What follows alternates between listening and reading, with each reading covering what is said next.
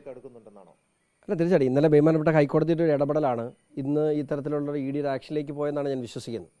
കാരണം ഇത് തുടക്കം മുതലേ ഈ അന്വേഷണത്തെ തടസ്സപ്പെടുത്താൻ വലിയ ശ്രമങ്ങളാണ് ഇവർ ലിറ്റിഗേഷനിലൂടെ വ്യവഹാരങ്ങളിലൂടെ നടത്തുന്നത്.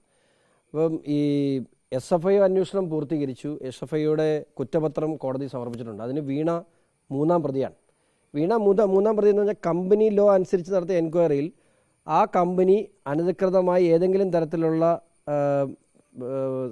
സ്വത്ത് ഏതെങ്കിലും തരത്തിലുള്ള സേവനം നൽകിയിട്ടല്ല ആ കമ്പനി പണം കൈപ്പറ്റിയിട്ടുള്ളത് വളരെ വ്യക്തമായി ആ കുറ്റപത്രത്തിലുണ്ട്.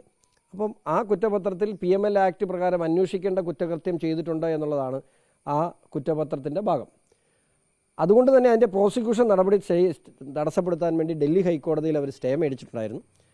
അതോടൊപ്പം തന്നെ ഇതിന്മേൽ ED അന്വേഷണം ആവശ്യപ്പെട്ടുകൊണ്ട് നമ്മൾ നൽകിയ പരാതിയിൽ ED ഇവർക്ക് നോട്ടീസ് അയക്കുന്ന സാഹചര്യം ഉണ്ടായി. ആ നോട്ടീസിനെ ചലഞ്ച് ചെയ്തുകൊണ്ട് കേരള ഹൈക്കോടതിയിൽ നിന്നും ഇവർ വാങ്ങിച്ച ഒരു സ്റ്റേ ആണ് ഇന്നലെ ഹൈക്കോടതി നീങ്ങിയത്. അപ്പോൾ സ്വാഭാവികമായിട്ടും ED എൻക്വയറിക്ക് നിലവിൽ ഇപ്പോൾ നിയമപരമായ തടസ്സമില്ലാത്തതുകൊണ്ടാകാം ഇത്തരത്തിലുള്ള ഒരു ആക്ഷനിലേക്ക് ED പോയത്. ഇതേ കേസിലെ മറ്റൊരു രാഷ്ട്രീയ നേതാവ് തിരുവനന്തപുരം വിജിലൻസ് കോടതിയിലും ഹൈക്കോടതിയും സുപ്രീം കോടതിയും സമീപിച്ച സമയത്തൊക്കെ കേസെടുക്കാൻ അല്ലെങ്കിൽ അന്വേഷണം ആ ഒരു അപേക്ഷ തള്ളുകയാണ്, അല്ലെങ്കിൽ ഹർജി തള്ളുകയാണ് ചെയ്തത്. ഇപ്പോൾ ED റൈഡ് നടക്കുന്ന സമയത്ത് അല്ല, അതിന് ഞാൻ പറഞ്ഞില്ലേ, ഇതിനകത്ത് കൂടുതൽ സാമ്പത്തിക തിരിമറികൾ നടന്ന ഒരു കേസാണ്.